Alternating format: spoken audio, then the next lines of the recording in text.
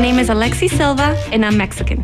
It's really interesting when I walk into a place and I speak Spanish, and so I tell them I'm Mexican, and they don't believe me. They always tell me, wow, really? I didn't know that a Hispanic person can be blonde or have green eyes. But I say, yeah, we can look like you too.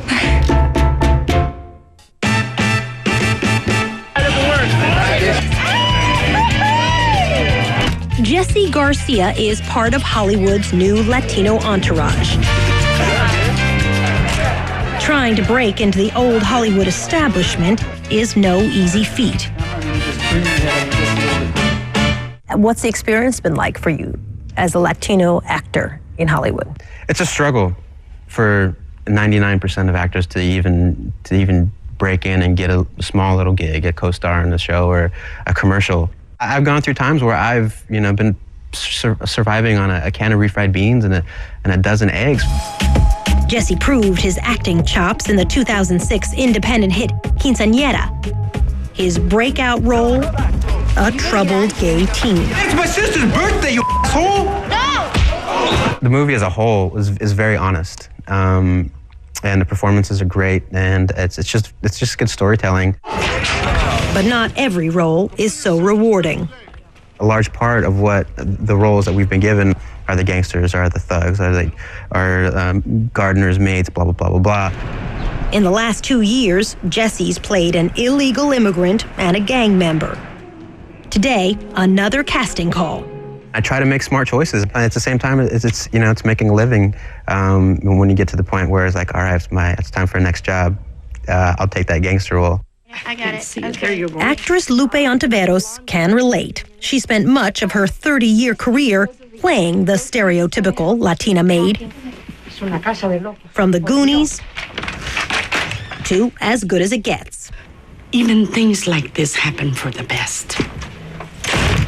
What does it do to your psyche to consistently be asked to put on an accent to play a role? Yeah.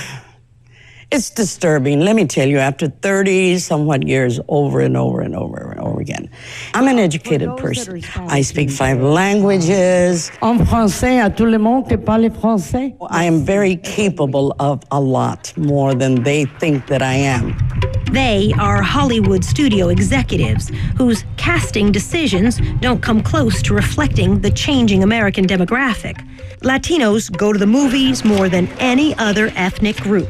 They make up 15% of the population, but in 2008 were cast only in 6% of the roles. I think that's very... Gabriel Reyes is the head of his own Hollywood Latino marketing company. We're going to be almost a quarter of the population in 20, 30 years. It's really a no-brainer that's a demographic that you really would like to market to. So I think some people are missing the boat. There are signs of change, however. Camera set? Case in point, ABC's Ugly Betty, starring America Ferreira, a huge success for the network. The storyline isn't overly ethnic, and the main character just happens to be Betty Suarez. I think that is the greatest triumph of the show for the Latino culture, is that there is the show that's on network television, it's mainstream, and the fact that she's Latina is the least of the labels that is put among her. What is wrong with giving a nice Latina a job? You know what? I agree, Angie. When can you start? George Lopez created one of the first primetime shows about a typical Latino family, a Latino Cosby Show. The show's focus was on storytelling, not ethnicity.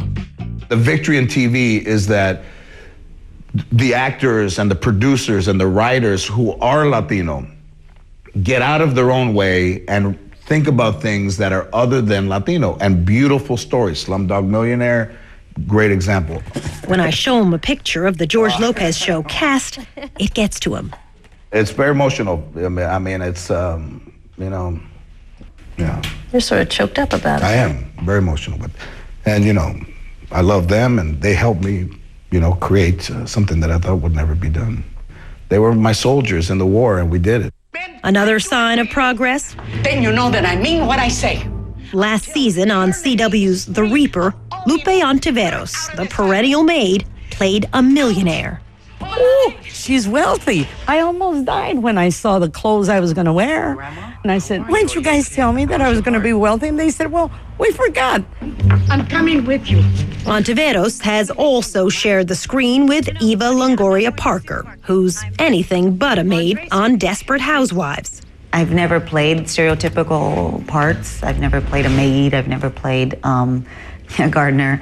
I've never felt like, Desperate Housewives had an overly ethnic line with me, a storyline regarding Gabrielle or me. I mean, they've never been like, come on over for tortillas, So let's write this down that starting is stage left. For Latinos to really change the way Hollywood works, Longoria Parker believes they have to control the product. Throughout the show tonight, she's the executive producer and host of ABC's Alma Awards.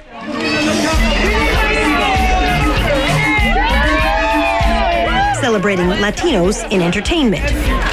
Jesse, up top, please. I find you have to live by example, which means if more Latinos want to be in Hollywood, then more Latinos have to be the creators behind the camera. A Hollywood icon, actor Edward James Olmos is also making decisions as a director and producer. Action stations. Olmos plays Commander William Adama on Battlestar Galactica. Restart the clock, 33 minutes. How are you? Give me a hug, man. I've been waiting to meet you my whole life. What's your name? Jonathan. Well, you look at a kid like Jonathan, who's 12, and you have to imagine that he's thinking, well, if the commander in Battlestar Galactica is a Latino, and he clearly is a Latino, there's a whole bunch of possibilities open to him. Yes, and that's exactly what happens. You just are allowed to dream. It's not brain surgery. We're not helping, cure cancer, but we are working directly with self-esteem and self-respect. Buenos dias, Mami Chanel. As for Jesse Garcia, 2 weeks after his casting call, he gets the part. I cut your wood for you and you go free, mama, free. The Latino gardener in the upcoming film, House Arrest. He's like a landscaper, a kind of comic relief. Yeah, mark it there. It's the dues he must pay. But Jesse's confident his time will come. What do you want? I want to direct and produce and act and write more of my own stuff in the future, do the kind of projects that I feel like we haven't been shown that we can do yet. We're everywhere, and we're going to be here to stay. We're definitely on the cusp of something huge.